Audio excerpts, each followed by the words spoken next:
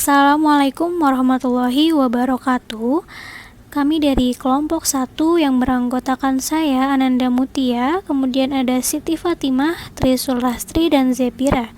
Dan ini adalah video tutorial SPSS Pearson Correlation. Judul penelitiannya di sini adalah hubungan antara family environment dengan self-efficacy pada mahasiswa. Kemudian, rumusan masalahnya adalah apakah terdapat hubungan antara family environment dengan self-efficacy pada mahasiswa? Adapun tujuannya adalah untuk melihat adanya hubungan antara family environment dengan self-efficacy yang dimiliki mahasiswa. Nah, di sini hipotesis penelitiannya H0-nya yaitu tidak terdapat hubungan yang signifikan antara family environment dengan self-efficacy pada mahasiswa.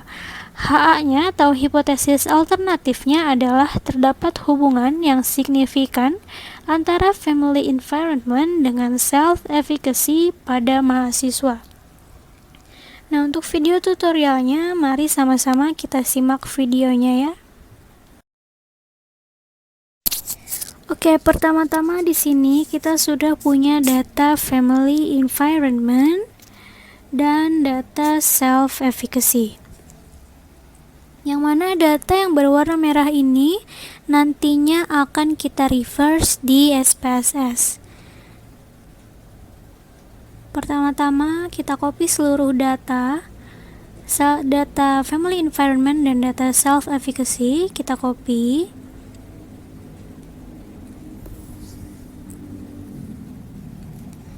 Oke, di copy dulu dari Excel, kemudian buka SPSS dan paste di SPSS-nya. Oke, kemudian kita atur variabel view.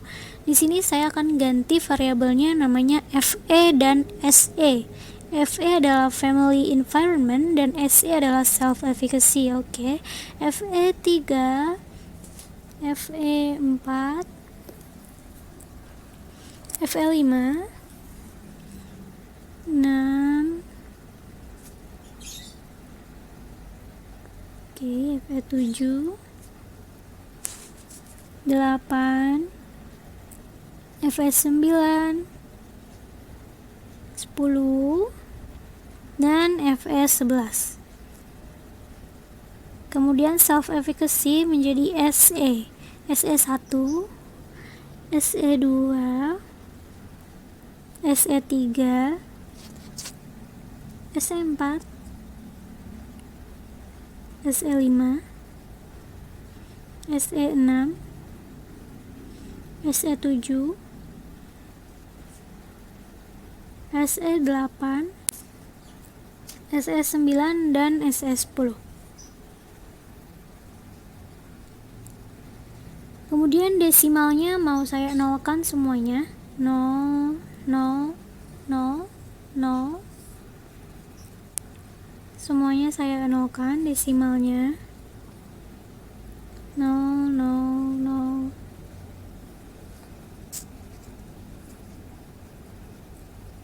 Oke, 0. Nah, kemudian kita lihat data view sudah berubah nama variabelnya dan desimalnya sudah 0 ya. Di sini kita akan mereverse item FE2, FE3, FE10, dan SE6. Kita reverse, caranya transform, record into same variables, kemudian dimasukkan FE2, FE3, FE10, dan SE6. Kemudian diklik old and new values. Old value-nya kita masukkan 1, new-nya 6, add. Kemudian 2, 5, add. 3, 4, add. 4, new-nya 3, add. Kemudian 5,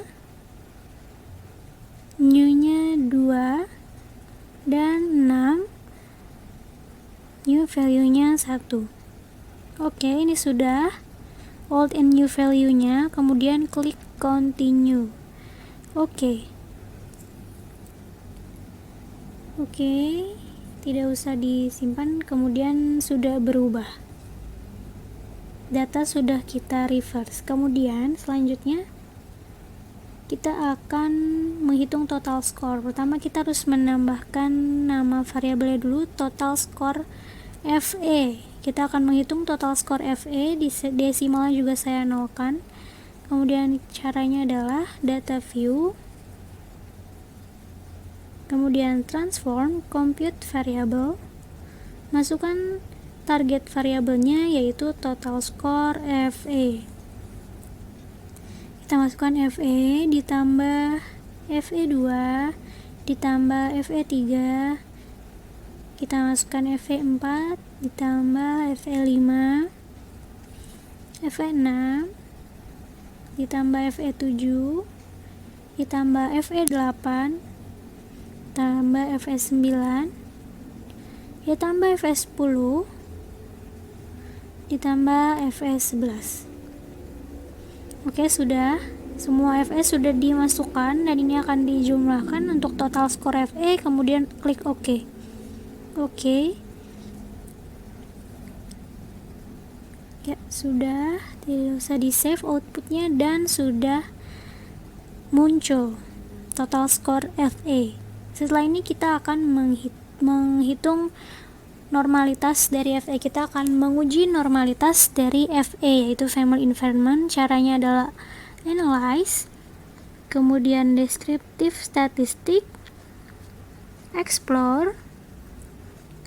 Kita masukkan total score FE ke dependent list, kemudian klik plots, dan normality plots with testnya kita klik, kita checklist, kemudian continue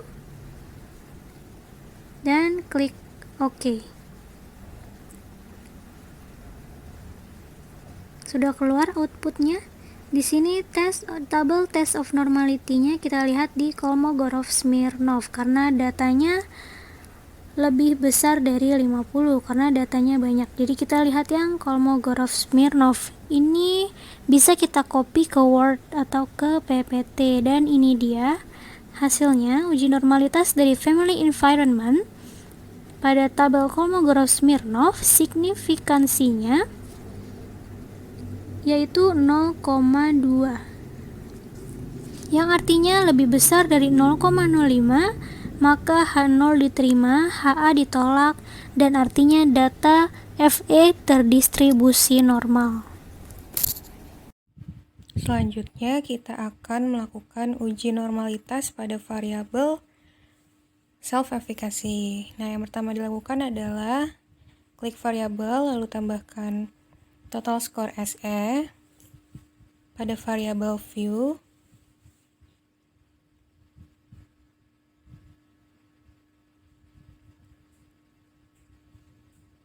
Lalu desimalnya kita buat 0. Setelah itu kita jumlahkan total score SE dengan cara klik transform, lalu compute variable, lalu target variabelnya kita tulis total score SE.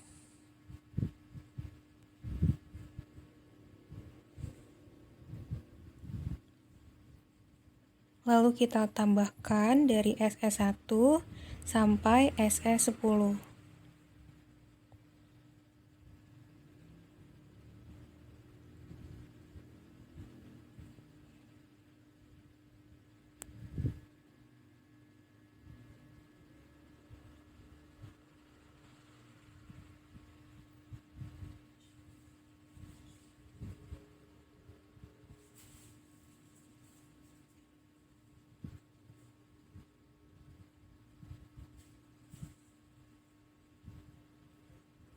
Setelah sudah ditambahkan semua dari SE1 sampai 10, lalu klik OK.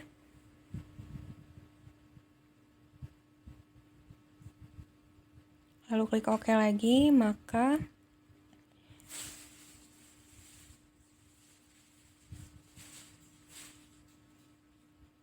pada data view akan muncul total score SE yang tadi sudah ditambahkan. Lalu kita uji normalitasnya dengan cara analyze. Klik analyze, lalu klik descriptive statistik, lalu explore.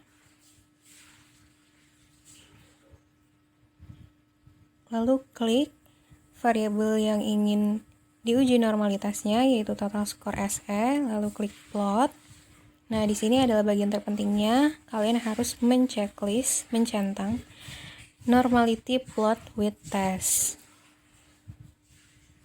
Lalu klik continue dan klik OK. Maka akan keluar outputnya seperti ini. Nah, karena variabel self-efficacy ini mempunyai 100 data, yaitu lebih dari 50 data, maka digunakan tabel Kolmogorov-Smirnov. Jadi signifikansinya yang dibaca adalah pada tabel Kolmogorov-Smirnov. Di sini lihat interpretasi output pada uji normalitas self-efficacy dengan menggunakan Kolmogorov-Smirnov, yaitu signifikansinya 0,2. Maka signifikansi lebih besar dari 0,05, sehingga H0-nya diterima dan HA-nya ditolak. Jadi variabel self-efficacy ini Oke teman-teman, jadi sebelum kita menguji data dengan percent correlation, kita akan mengecek scatter plot-nya terlebih dahulu. Jadi untuk apa scatter plot itu? Scatter plot itu untuk melihat arah hubungan antara variabel yang kita ingin teliti. Kita di sini memiliki variabel FA, yaitu family environment, dengan variabel SE, yaitu self-efficacy. Caranya bagaimana?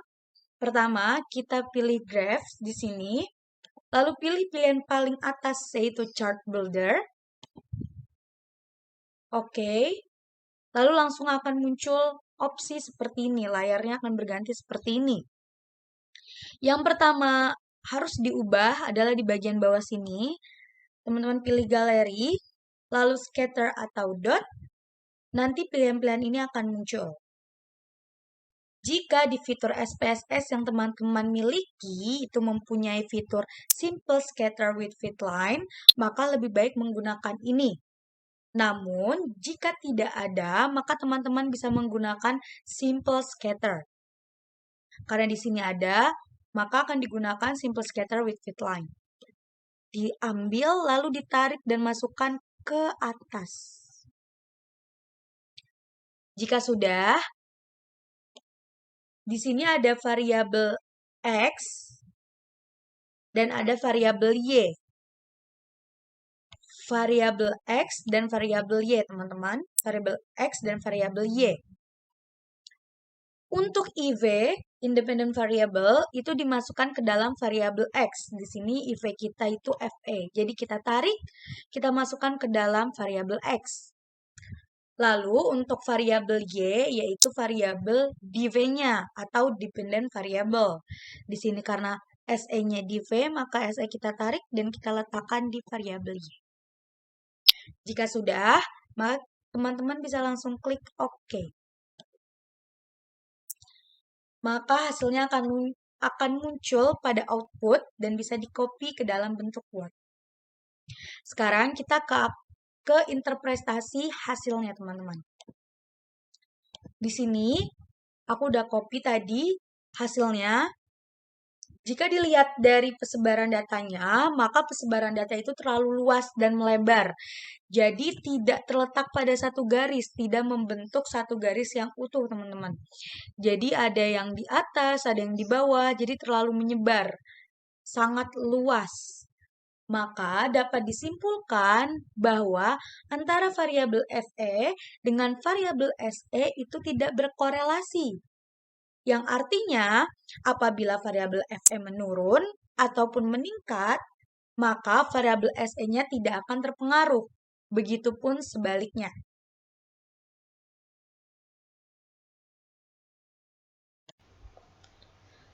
Selanjutnya, kita akan masuk pada perhitungan uji korelasinya. Step pertama yang dilakukan adalah dengan klik Analyze, lalu pilih correlate, dan pilih bivariate. Kemudian masukkan masing-masing total skor variabel yang sebelumnya telah dijumlahkan. Seperti ini. Lalu jika Anda ingin mengetahui rata-rata dan standar deviasinya, Anda bisa klik option dan centang pada bagian means and standard deviation di sini. Kemudian continue. Namun jika Anda tidak memerlukannya, Anda bisa melewatkan step tersebut. Kemudian, pada bagian correlation coefficient, di sini terdapat 3 pilihan, ada Pearson, Kendall-Stauch, dan Spearman. Untuk perhitungan kali ini, kita akan melakukan Pearson correlation, maka silakan centang pada bagian Pearson. Lalu untuk signifikansinya, silakan pilih to tail, dan juga centang pada bagian flag significant correlation. Kemudian OK. Maka hasilnya akan menunjukkan dua tabel seperti ini. Yang pertama adalah tabel deskriptif statistik, yang kedua adalah tabel korelasinya. Kemudian, untuk interpretasi outputnya, di sini ada tabel deskriptif statistik yang memuat mean atau rata-rata, standar deviasi, dan jumlah partisipan. Jumlah partisipan untuk kedua variabel adalah 100. Lalu, rata-rata untuk independen variabelnya berada pada nilai 53,78, sementara untuk dependen variabelnya berada pada nilai 43,16.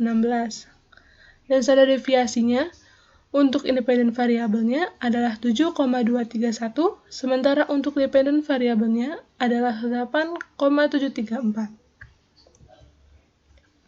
Selanjutnya, di sini juga ada tabel korelasi. Tabel inilah yang membantu kita untuk melihat apakah ada hubungan atau tidak antara kedua variabel tersebut. Pada baris pertama, yaitu Pearson correlation, di sini menunjukkan nilai koefisien atau nilai R. Nilai R ini berfungsi untuk melihat seberapa kuat hubungan antara kedua variabel tersebut. Nilai R yang kita dapatkan adalah minus 0,152. Nilai minus ini, jika nantinya ada hubungan, maka hubungan tersebut akan bersifat negatif. Lalu, di baris kedua ini adalah nilai signifikansi atau p-value. Nilai inilah yang membantu kita untuk menentukan apakah kedua variabel tersebut berhubungan. Nilai signifikan yang kita dapatkan adalah 0,130. Lalu di sini N menunjukkan jumlah partisipan, yaitu 100. Di sini ada penulisan notasi untuk di dalam statistik, yaitu R dalam kurung N sama dengan nilai koefisien R, titik koma, nilai signifikansi, lebih besar, lebih kecil 0,05. Maka kita masukkan angkanya, R dalam kurung 100 sama dengan minus 0,152 titik koma 0,130 lebih besar dari 0,05. Begini penulisan notasinya dalam statistik. Lalu interpretasi outputnya ialah nilai signifikansi lebih besar daripada 0,05, yaitu 0,130 lebih besar dari 0,05. Maka kesimpulannya, HO diterima dan HA ditolak. Atau yang dapat diartikan, bahwa tidak terdapat hubungan antara family environment dengan self-efficacy pada mahasiswa. Semoga video ini dapat bermanfaat. Don't forget to like, comment, subscribe, dan share video ini ke teman-teman kamu ya.